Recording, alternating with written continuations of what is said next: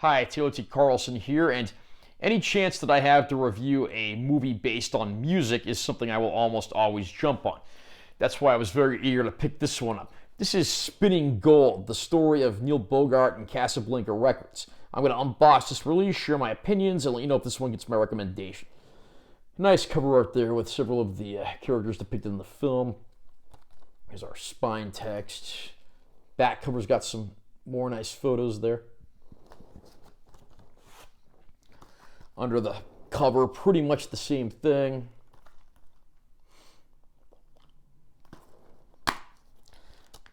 This does include a digital copy of the film as well. And we get both Blu-ray and DVD versions of the film. Sadly, no 4K release of this movie, so this will have to do until we eventually get one, hopefully. What do the rock band Kiss, Donna Summer, Parliament, Gladys Knight, the Isley Brothers, the Village People, and Bill Withers all have in common? They all rose to their musical heights under the watchful ear of the music industry's most colorful and brilliant music producer, Neil Bogart, founder of Casablanca Records. Based on a true story, Spinning Gold unveils how Neil and a ragtag group of young music lovers made Casablanca Records the most successful independent record company of all time and changed our culture and the music industry forever. Again, I absolutely love movies that are based on music, whether they're documentaries, biopics, fictional stories, what have you. Any one of those, I'll certainly give it a chance, even if it's not one of my preferred genres of music. I'm also a diehard Kiss fan. I think that poster right there pretty much speaks for that. So getting to see them depicted in the movie was certainly going to be a nice incentive for me to watch it. Neil Bogart in this film was portrayed by actor Jeremy Jordan. I had never even heard of this guy prior to seeing this movie, but he gives just an amazing, charismatic, multifaceted performance throughout this movie, and he absolutely steals the show. This guy deserves an Oscar nomination for this performance. I don't want to get too into details here just because I want to avoid spoilers for those that aren't familiar with Casablanca and want to get the full experience. There's a great supporting cast, including the likes of Jason Isaacs, Michael Ian Black, Peyton List. It goes on. There's plenty of people here, and getting to see the story of Casablanca Records, how it came to be from their failures to their eventual triumph.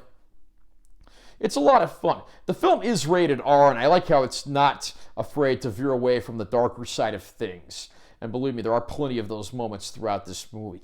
Just seeing the sheer volume and diversity of the artists that this movie features is especially surprising. I mean, who would have thought that there was like something that bound together artists like everyone from the hard rock of Kiss to the soulful pop R&B sounds of someone like Donna Summer.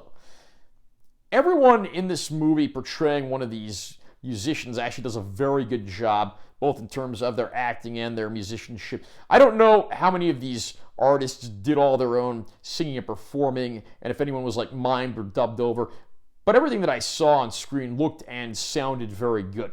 This is the kind of story that I absolutely love to see, just seeing these independent record labels that come out of nowhere and change the world of music forever. The movie it does admittedly take a few liberties. It's not a documentary, so it's not going to be the exact truth.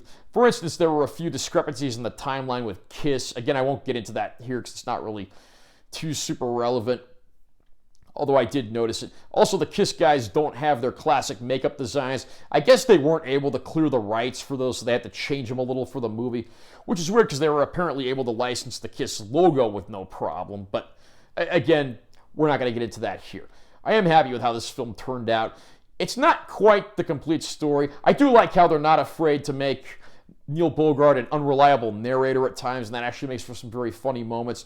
I mean, it's a funny movie, but it's also very dramatic and touching at times despite that.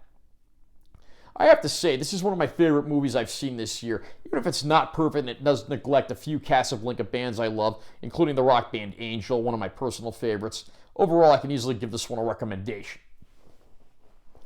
Picture quality on this disc actually does look very good. It is a modern production shot on all the most modern, high-tech of equipment. And it really is disappointing this didn't get a 4K release, because I think a 4K release that added in HDR would look absolutely gorgeous.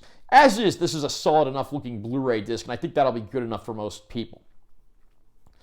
We had several bonus features, including deleted scenes, some featurettes with the cast and crew, and if you are a fan, you're going to be busy for a little while with what's on here. There's even a feature-length commentary track. I also want to point out that the guy who directed this film is actually the real-life son of Neil Bogart. So this largely is a passion piece, and it's clear Bogart's family really wanted to pay him the proper tribute, which I think they really do with the end result here. If you're a fan of movies that are based on music stories, things like that, Spinning Gold comes very highly recommended, and this is a pretty solid package. My only complaint is that, again, it's a Blu-ray and not a 4K release, which I hope we will eventually get. How did you like Spinning Gold? Do you think the story of Neil Bogart and Casablanca Records is one that's worth experiencing? Comment down below and let me know what you think. Also, remember to subscribe to this channel for more content, because I'm always posting new videos, and make sure you give this one a like if you found it helpful. I'm Taylor T. Carlson. I'll see you next time.